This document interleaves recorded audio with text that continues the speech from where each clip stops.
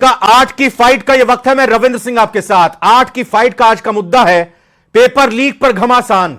जी हां, शिक्षा मंत्री दिलावर के बयान ने सुर्खियां बटोरी हैं।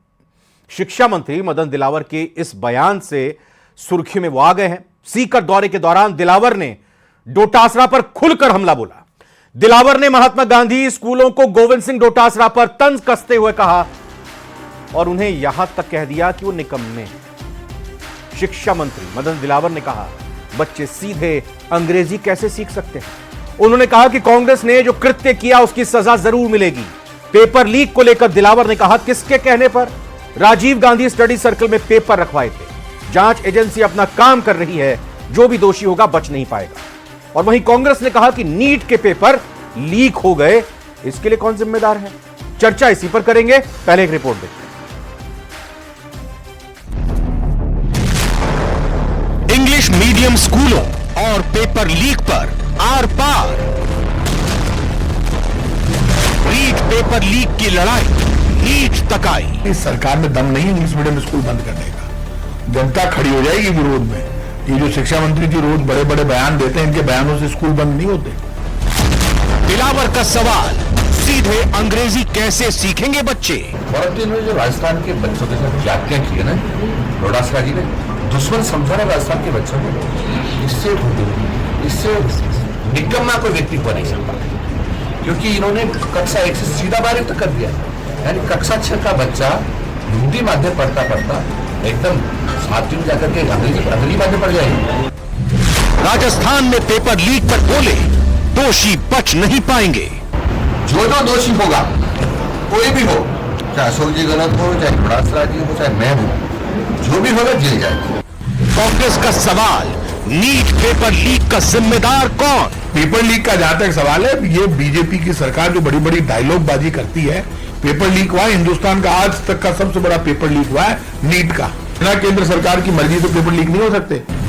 पेपर लीक पर घमासान।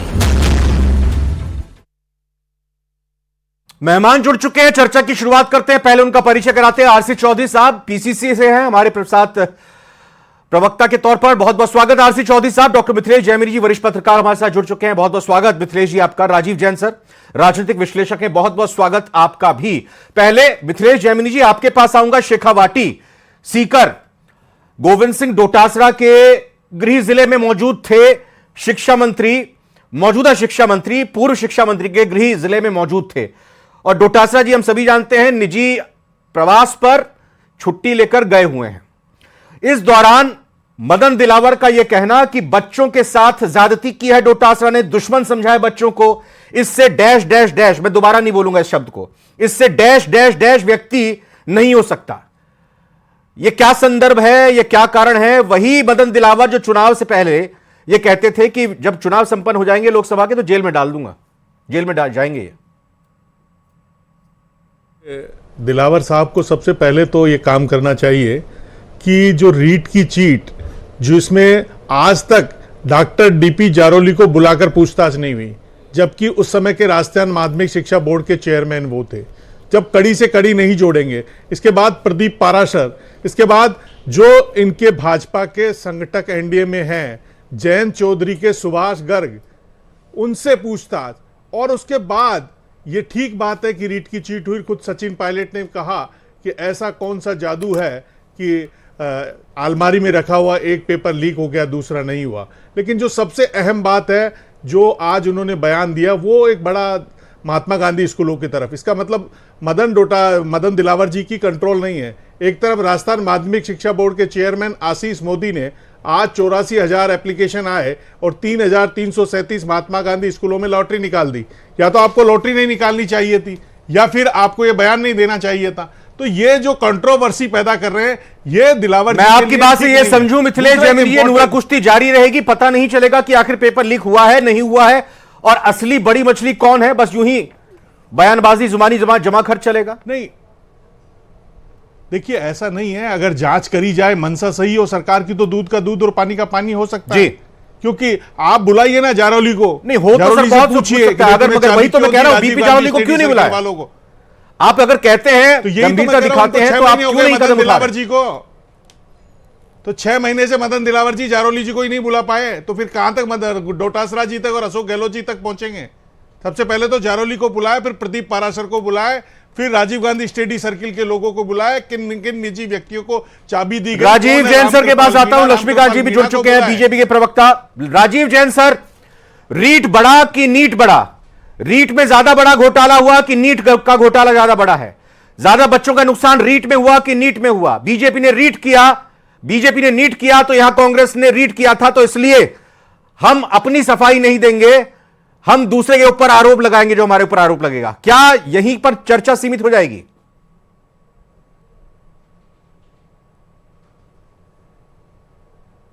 तो रीट में भी हुआ, नीट में भी हो रहा है, तो इसमें कहीं ना कहीं एक ऐसी नीति होनी चाहिए कि ये इस तरीके की पेपर लीक वाली चीज नहीं हो। जैसे राजस्थान के संदर्भ में हम बात कर रहे हैं, रीट की जो परीक्षा का पेपर लीक हुआ था और जो बहुत बड़ा घोटाला, अब ये भाजपा ने इसको बड़ा मुद्दा भी बनाया था चुनावों के दौरान, और सरकार बनने के बाद आज 7 महीने हो गए, उस दिशा में सरकार ने कोई कदम इस तरीके का नहीं उठाया। सिर्फ एक ऐसा ही भर्ती परीक्षा में जो नकल प्रकरण को लेकर ही सबसे ज्यादा मामला आया, फिर उसमें मालूम पड़ा कि उसमें भी पेपर लीक हुआ। जब भाजपा के लोग उस समय कहते थे कि हम परीक्षा रद्द कर देंगे, ये कर देंगे या आरपीएससी को बंद कर देंगे, उस दिशा में कहीं कोई अभी तक कोई कदम सरकार ने नहीं उठाया। उसी का कहीं नतीजा है कि लोकसभा में कुछ कमियां रह गई। भाजपा को जो 25 का 25 था, उसमें कहीं राजनीतिक तौर पर तो नुकसान उठाना ही पड़ा। लेकिन अब जब बच्चों का भविष्य, युवाओं का भविष्य और बेरोजगारों का भविष्य जब देखते हैं, तो इसमें कहीं एक साफ नीति होनी चाहिए। जो दोषी हैं, चाहे पुराने मामले के हों चाहे नए मामले के हों, उनको दंडित किया जाना चाहिए, जिससे भविष्य में इस तरीके की घटनाएं नहीं हो। लक्ष्मीकांत जी, मैं बखूबी जानता हूं, समझता हूं कि आपको पता होगा, बीजेपी को पता होगा कि विधानसभा चुनाव खत्म हो गए, लोकसभा चुनाव भी खत्म हो गए हैं, कोई आचार संहिता भी नहीं लगी हुई है, सरकार आपकी डबल इंजन की है। शिक्षा मंत्री आज ये बोले कि रीट भर्ती मामले में जेल में डालने के बयान पर उनसे जब सवाल किया गया, कहते हैं कि मैं जेल में डालने वाला कौन होता हूं? मदन दिलावर बोले, वो कहते हैं दोषी चाहे कोई भी हो, गहलोत हो या डोटासरा, चाहे मैं खुद ही क्यों ना हूं, जो दोषी होगा जेल जाएगा। ये चुनाव के वक्त जब चरम पर प्रचार था तब तो कह रहे थे कि जेल जाएंगे, अब कह रहे हैं मैं कौन होता हूं, और एक ऐसे शब्द का इस्तेमाल किया जो नहीं कहा जा सकता यहां पर बार बार।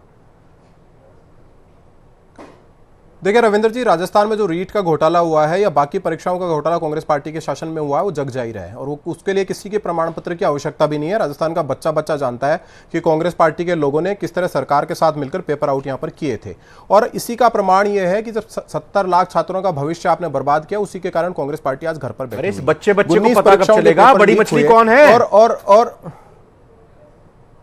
आप सुनेंगे तब तो पता चलेगा सर। नहीं, आप और मैं थोड़ी तय करेंगे, मैं जो सरकार और जांच एजेंसी बताएंगी ना, हम वही जानना चाह रहे हैं। कब तक? तो आप सुने, आपने सवाल पूछा, उसका जवाब तो ले लीजिए। तो ये जो कांग्रेस पार्टी के शासन में कांग्रेस पार्टी के लोगों ने मिलकर किया, उसी का कारण है कि जब राजस्थान की भारतीय जनता पार्टी की सरकार ने, भजन लाल शर्मा जी की सरकार ने सरकार में आते ही एसआईटी बनाई इसके खिलाफ, और आज 100 से ज्यादा अभियुक्त पकड़ में आ गए हैं। उसमें कुछ छोटे लोग आए, कुछ उनसे बड़े लोग आए हैं। अब जब एक तरीके की इन्वेस्टिगेशन हो रही है, यहां पर एसआईटी बन चुकी है, लोग पकड़ में आ रहे हैं, पूछताछ हो रही है, तो कुछ बड़े लोग भी आएंगे। लेकिन यह बात प्रमाण है कि हमने तो हम जो पकड़ेंगे कांग्रेस पार्टी नहीं, कांग्रेस पार्टी के एक पूर्व मंत्री गोपाल केसावत को परीक्षा में पास कराने के नाम पर पैसे लेते हुए पकड़ लिया था, और इस सरकार किस तरह मिली हुई थी इसका प्रमाण भी सामने था कि जैसे गोपाल केसावत को जो पकड़ा बजरंग सिंह शेखावत एसीबी के एडिशनल एसपी ने, उसका ट्रांसफर कर दिया गया। जो इस केस का इन्वेस्टिगेशन ऑफिसर राजेश जांगीड़, उसका ट्रांसफर कर दिया गया, और जब चालान पेश किया गया गोपाल केसावत के केस में, तो उस पे से भ्रष्टाचार की धाराएं हटा दी गई। मजिस्ट्रेट को टिप्पणी करनी पड़ी कि सरकार इसका पक्ष ले रही है, पुलिस इसका पक्ष ले रही है। यह प्रमाण है। राजीव गांधी स्टडी सर्किल के लोग हो चाहे बीडी जारोली हो, सबके मामले में इस तरह का जैमिनी जी ने जब अपनी बात रखी, कहा कि इन्वेस्टिगेशन हुआ तो काफी राजीव गांधी सर्कल के संचालकों के अलावा बाकी लोगों को पूछताछ के लिए अभी तक क्यों नहीं बुलाया गया? देखिए 6 महीने की सरकार हुई है, उसमें से 3 महीने आचार संहिता लगी हुई है। 3 महीने में 100 लोग पकड़ लाए, जो बाकी के लोग हैं वो भी पकड़ में आ जाएंगे। मैं तो आचार संहिता में क्या इनको पूछताछ के लिए नहीं बुलाया जा सकता था? आप सरकार एक्टिवली काम नहीं करती आचार संहिता में, वो जो नियंत्रण है वो सरकार के पास नहीं होता है, और आप निर्देश सरकार उस समय दे नहीं सकती है। लेकिन मुझे खुशी है रविंद्र जी कि आप सवाल मुझसे कर रहे हैं, कि आप कब पकड़ कर लाएंगे, क्योंकि आप तो खुद भी जानते हैं कि कांग्रेस तो पकड़ के लाने से रही। कांग्रेस के राज में 19 पेपर लीक हुए, पकड़ के लाए नहीं। सर सवाल भी मुझसे मैं जनता का सवाल आपसे पूछ रहा हूं कि आप बीजेपी के प्रवक्ता से पूछ रहा हूं जिन्होंने विधानसभा चुनाव में वोट ये कहकर मांगा था कि पेपर लीक हुआ है, और पेपर लीक कांग्रेस के ही लोगों ने किया है, सरकार में बैठे हुए लोगों ने किया है। सरकार बनते ही जल्द से जल्द हम उनको जेल में डाल देंगे। तब हमें नहीं बताया था किसी ने, जनता को राजस्थान की, कि आचार संहिता होती है, सरकार पूरी तरह से काम नहीं करती है। बताइए। मैं वही तो कह रहा हूं रविंद्र जी कि मुझे खुशी है इस बात की कि आप इस बात से संतुष्ट नहीं हैं कि 100 लोग जिन्होंने पेपर लीक किया था कांग्रेस पार्टी के राज में, उसको भारतीय जनता पार्टी की सरकार, भजनलाल शर्मा जी की सरकार पकड़ लाई। उस सरकार से भी आप खुश नहीं, क्योंकि उस सरकार से आपको अपेक्षा ही ज्यादा है। उस सरकार से आप ये मानते हैं कि वो इन बाकी लोगों को भी पकड़ के लाएंगे, वरना ये सवाल आप कांग्रेस से तो पूछते ही नहीं थे और पूछ भी नहीं सकते हैं कि आपके शासन में 19 पेपर लीक हुए, 70 लाख छात्रों का भविष्य बर्बाद हुआ। ये जो पकड़े जा रहे लोग हैं, ये आप ही के शासन के लोग थे, इनको क्यों पकड़ के नहीं लाए अब तक? आपको उम्मीद हमसे, इसलिए आप पूछ रहे हैं, और आपकी उम्मीद जल्दी पूरा जब कांग्रेस का शासन था तब हमारा कार्यक्रम जाता था, न्यूज एटीन राजस्थान में था, हम भी थे, हमारे बाकी साथी भी थे, आप भी आते थे, और आरसी चौधरी साहब भी आते थे। जैसे सवाल आपसे पूछते हैं वही सवाल आपसे पूछा गया था। आरसी चौधरी साहब, ये 100 लोग जेल में नहीं थे। आरसी चौधरी साहब, 100 लोग जेल में नहीं थे। पेपर लीक हुआ, जांच उस वक्त नहीं हुई, जो दायरे में थे उनको अभयदान मिल गया, भागने का मौका दे दिया। अब कितनी अपेक्षा करेंगे? 100 लोग तो जेल में डाल दिए हैं, इंतजार कीजिए और भी बड़े लोग आएंगे। घबरा रहे हैं क्या आपके नेता? रविंद्र जी, मैं कहना चाहूंगा कि भारतीय जनता पार्टी के प्रवक्ता तो जब तथ्यों का जवाब नहीं दे पाते तो उनका जवाब देना तो कहीं उचित नहीं है, लेकिन प्रदेश के शिक्षा मंत्री शिक्षा के अलावा उन तमाम मुद्दों पे बोलेंगे, मंत्रालय में जाने के अलावा उस हर जगह पे जाएंगे, क्योंकि शिक्षा मंत्री जानते हैं कि अपनी प्रेजेंस को बनाए रखने के लिए तथ्यहीन, निराधार, अनगढ़ जो बयान देके और सुर्खियां बटोरने का काम कर रहे हैं। अगर वो ऐसा बयान नहीं देते, आज शिक्षा के मुद्दे पे अगर वो अपनी जवाबदेही तय करते, 6 महीने की उपलब्धि बताते, तो चर्चा अलग होती। मैं पूछना चाहूंगा, ये भारतीय जनता पार्टी के जो नेता जो रीट की चर्चा करते थे, रीट पे जिन नेताओं का बार बार नाम लेते थे, राजीव गांधी स्टडी सर्किल का जिक्र करते थे, उन्हीं नेताओं को भारतीय जनता पार्टी ने अपनी पार्टी के अंदर मिला लिया और प्रधानमंत्री नरेंद्र मोदी के बगल में खड़े होके जिसे सबसे बड़ा गुनहगार कहते थे, वो प्रधानमंत्री की सुरक्षा कवच में है। इन्हें युवाओं के भविष्य की चिंता नहीं है। आप उनका खुलकर नाम लीजिए ना, थोड़ा जनता को पता चले एक बार, और नाम लीजिए खुलकर। नाम निश्चित रूप से जो मेरे साथी यहां पे बैठे हैं, पत्रकार हैं, मिथिलेश जेमिनी जी ने उन्होंने लिया, जो भरतपुर से विधायक क्यों परहेज हो रहा है नाम लेने जो पूर्व में मंत्री होते थे, सुभाष गर्ग जी, हाँ, जिन पे बार बार ये जिक्र करते थे। डीपी जारोली से एक बार पुलिस नहीं पहुंची, 6 महीने की ये बात कर रहे हैं, इन्हें 6 साल नहीं 6 शताब्दी चाहिए। जब आपका कहने का मतलब है कि वो वॉशिंग मशीन में धुलाई हो चुकी है उनकी, वो उनके पास में। आपका कहने का मतलब ये कहना चाह रहे हैं वॉशिंग मशीन में धुलाई हो चुकी है उनकी? मैं जवाब दे देता हूं, फिर आप पूछ लेना सर, जो भी चीजें हैं ये तो प्रदेश जानता है, प्रदेश जानता है। शिक्षा मंत्री का मुंह होता है, अल्फाज उस विचार के होते हैं जो गरीब का, वंचित का, किसान का, मजदूर का, जो बेटा महात्मा गांधी इंग्लिश माध्यम में एक गुणवत्तापूर्वक और अंग्रेजी माध्यम की जो शिक्षा ग्रहण करता था, उनसे इसको दिक्कत है पुरातन सोच की विचारधारा को। भारतीय जनता पार्टी ने आरटी के तहत जो 2.5 लाख रुपए जिसकी सालाना इनकम उसका बच्चा निजी स्कूल में पढ़ता था, भारतीय जनता पार्टी की कलम से उन्होंने 1 लाख किया। शिक्षा मंत्री गोविंद डोटासरा जी ने आते ही अपनी कलम से पहला फैसला यह किया कि जिसकी 2.5 लाख रुपए इनकम है उसका बच्चा निजी स्कूल के अंदर पढ़ेगा। महात्मा गांधी अंग्रेजी माध्यम स्कूल बनाए ताकि गरीब वंचित का इनका बच्चा पढ़ के उसके अंदर आगे जा सके। मदन दिलावर ने मना कर दिया कि बंद नहीं होंगे स्कूल, ये महात्मा गांधी अंग्रेजी मीडियम स्कूल बंद नहीं होंगे, स्कूल उन्होंने मना कर दिया कि बंद नहीं करेंगे। मैं कह रहा हूं कि उन्होंने कहा कि अभी भी बयान दे रहे हैं, कैसे बच्चा जा पाएगा, कैसे चीजें कर पाएगा। उनकी जो मंशा है वो तो साफ जाहिर है, उनकी मंशा तो साफ जाहिर है। लेकिन हम ये पूछना चाह रहे हैं, 23 लाख बच्चों के साथ में जो 12वीं पास करके आते हैं, जो गरीब किसान का बेटा लाखों रुपए देके कोचिंगों के अंदर पढ़ रहा है, जहां पे एनटीए के द्वारा जो भारतीय जनता पार्टी ने एजेंसी बनाई, 23 लाख बच्चों के भविष्य के साथ में खिलवाड़ किया, 20-30 लाख रुपए में पेपर बेचे। वो जो बच्चा आज न्याय की उम्मीद कर रहा है, जिस प्रतिभा पे प्रहार किया, और वो व्यापम 2 है, प्रधानमंत्री के जो पोस्टर लगे हैं, तीसरा कार्यकाल, वहां पे ये पोस्टर होना चाहिए प्रधानमंत्री व्यापम 2। उसका जवाब कौन देगा? मैं पूछना चाह रहा हूं कि भारतीय जनता पार्टी ने मध्य प्रदेश के मॉडल को पूरे देश के लिए बना दिया है। वहां पे गरीब वंचित किसान का बेटा डॉक्टर नहीं बनेगा, जो 20 लाख रुपए 30 लाख रुपए देगा उसका बनेगा। ना नेट कर पाएगा, ना जीआरएफ कर पाएगा, ना सेंट्रल यूनिवर्सिटी में जा पाएंगे। तमाम जो एजेंसियां हैं उन्हें व्यापम 2 का मॉडल पूरे देश के अंदर देना चाह रहे हैं, उसका जवाब नहीं दे पाएंगे। हम ये पूछना चाह रहे हैं कि प्रदेश के बच्चों को शिक्षा को लेकर आपकी क्या प्राथमिकता है? कोई जवाब नहीं है। क्या प्राथमिकता है? पूछता हूं, एक मिनट पूछता हूं। आपने ये भी कहा कि 6 महीने में क्या उपलब्धियां रही, उन्हें उस पर्ची का 6 महीने में क्या उपलब्धियां लक्ष्मीकांत भारद्वाज जी शिक्षा मंत्रालय की रही? सूर्य नमस्कार, हम डिबेट खत्म करें और तमाम चीजें, दूसरी पर्ची आ जाए और ये नीट की परीक्षा को लेकर सरकार क्यों कुछ नहीं कह रही है? सुप्रीम कोर्ट में ही जब याचिकाएं लग रही हैं, वहीं से ही क्यों निर्देश आ रहे हैं? लक्ष्मीकांत जी, देखिए, कांग्रेस पार्टी के प्रवक्ता ने लंबा चौड़ा भाषण दिया, आपने भी बहुत तसल्ली से सुना मोरारी बापू की कथा की तरह। लेकिन फिर भी मैं आपको एक बात राजस्थान के छात्रों और युवाओं की तरफ से बोलना चाहता हूं कि कांग्रेस के लोगों से एक बात जरूर सीखनी चाहिए कि इतनी बड़ी चोरी करके 70 लाख छात्रों का भविष्य बर्बाद करके नोटों में बैग आया, नोटों के बैग भरे भरे आए, नोटों के बैग भरे आए, अशोक गहलोत के बगल में खड़े रहे, गोविंद डोटासरा के बगल में खड़े रहे, लेकिन ये क्यों नहीं बोले? इनका कॉन्फिडेंस देखिए कि चोरी करते हैं, डकैती करते हैं, पैसा खाते हैं, लेकिन बड़े शरीफ बन जाते हैं। लक्ष्मीकांत जी, पहले तो मेरे को आपकी एक बात पर आपत्ति है, ये आपका फैशन जो बन चुका है ना। एक मिनट लक्ष्मीकांत जी, मेरी बात सुनिए, आपका जो फैशन बन गया ना सर, जवाब देगा, जवाब नहीं दे पाएंगे। प्लीज चौधरी साहब, एक मिनट चौधरी साहब, मैं आप दोनों से कहूंगा, बीजेपी और कांग्रेस दोनों से कहूंगा, ये जो बीजेपी और कांग्रेस का फैशन बन गया है कि मोरारजी बापू की कथा को यहां पर हमने सुना, जरा इस फैशन से उभरिए, बाहर निकल कर आइए। आप बड़े भाषण देते हो, वॉशिंग मशीन में धुलने की बात करते हो, पैसा खाते थे, सरकार में बैठे थे, तब भविष्य बर्बाद करते थे, यही गोविंद डोटासरा, यही अशोक गहलोत नोटों के बैग पर खाते थे उन चोरों पेरों से। तुमने तो ईडी भी दे दी थी, तुमने तमाम बातें की थी, उस ईडी का जवाब उस क्षेत्र की जनता ने दे दिया। इसलिए मैं कहना चाह रहा हूं, दम है तो जवाब दीजिए मुझको का।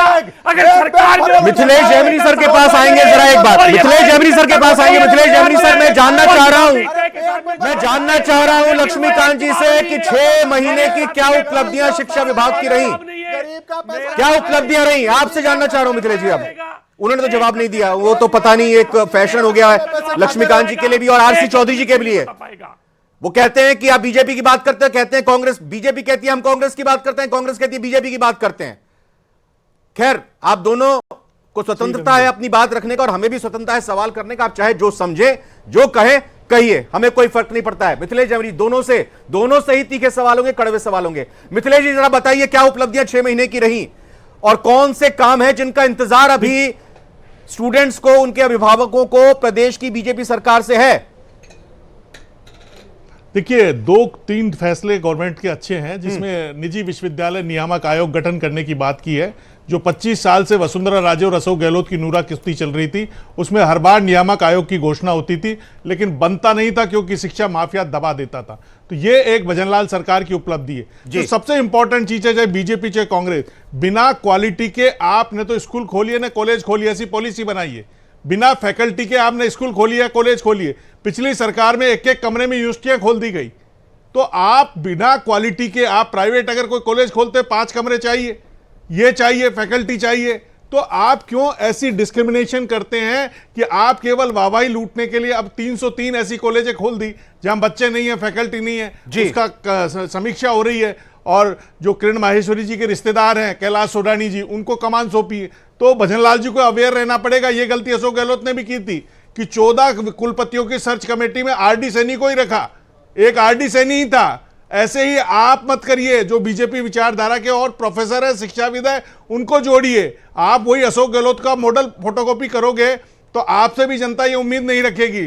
लोग चर्चा वही करने लग गए हैं। तो कहीं न कहीं आपको सबसे इंपॉर्टेंट चीज है कि राजस्थान के बच्चे को क्वालिटी एजुकेशन प्रोवाइड करें। राजीव जैन से रूल रेगुलेशन बनाए। स्कूल को लेकर विधानसभा में श्वेत पत्र लेके आए, अगर उन्होंने घोटाला किया है रीट का तो वो श्वेत पत्र में बताया कि हमने ये जांच की, विधानसभा का सत्र आ रहा है, दूध का दूध पानी का पानी हो जाएगा। मदन दिलावर जी को बाहर बयान देने की जरूरत क्या है? विधानसभा में जाके श्वेत पत्र लाके बताइए कि हमने ये जांच के लिए घोटाला किया है। श्वेत पत्र लाएंगे? अरे पब्लिक बैन है, एमएलए है, शिक्षा मंत्री है, पब्लिक के सवाल आपके प्रेस कॉन्फ्रेंस में सवाल आएंगे तो जवाब नहीं देंगे क्या? बताएंगे नहीं क्या कि कांग्रेस ने किस तरह राजस्थान के गरीबों युवाओं का पैसा खाया है? नहीं बताएंगे उनका पेपर लीक करके कैसे भविष्य बर्बाद किया है? वो कौन से लोकतांत्रिक अधिकार उनको नहीं है कि अगर वो मंत्री है तो ये बात पब्लिक के बीच में जाकर नहीं करेंगे? अगर प्रेस के लोग सवाल करेंगे कि गोविंद डोटासरा और अशोक गहलोत के राज में कितने बच्चों का पेपर भविष्य बर्बाद हुआ, तो क्या मदन दिलावर बताएंगे नहीं? बताना ही पड़ेगा। विधानसभा के फ्लोर पर भी बताएंगे और जनता के बीच में भी जाकर इनके पापों का हिसाब देंगे। ये वो लोग हैं जिन्होंने 70 लाख छात्रों का भविष्य पैसा खाकर बर्बाद किया और इन लोगों के पाप के कर्म सामने आ रहा है। दीजिएगा। आप आरोप लगाए हैं पिछली सरकार के मंत्रियों पर, बड़े नेताओं पर, तो उनके नाम कब सामने आएंगे? उनको कब आप जेल में डाल रहे हैं? कुछ एक समय सीमा तो होगी, हम समझते हैं। ये चुनावी, माफ कीजिएगा, कानूनी प्रक्रिया थोड़ी लंबी होती है, बड़ी होती है, लेकिन आप तो बड़ी तेजी के साथ काम कर रहे हैं। डबल इंजन की सरकार है, तो थोड़ा बताइए इस बारे में।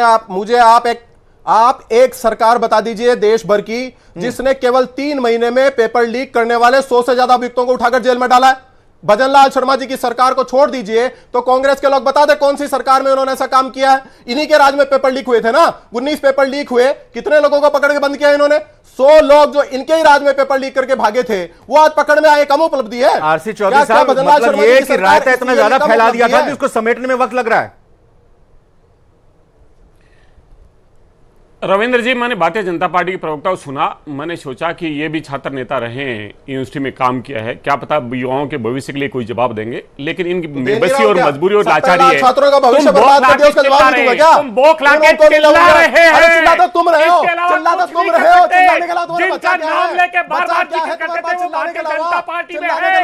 राजस्थान की विधानसभा में कहते हैं कि हम डीजी को आपके घर पे भेज देंगे। किस को लिए पूछा, क्या क्या जांच की? ना आपका मुख्यमंत्री जवाब दे पाता, ना आपका शिक्षा मंत्री जवाब दे पाता। राजीव जैन सर, मैं एक लास्ट कमेंट आपसे 30 सेकंड का लेने जा रहा हूं। आप ये बताइए कि आखिर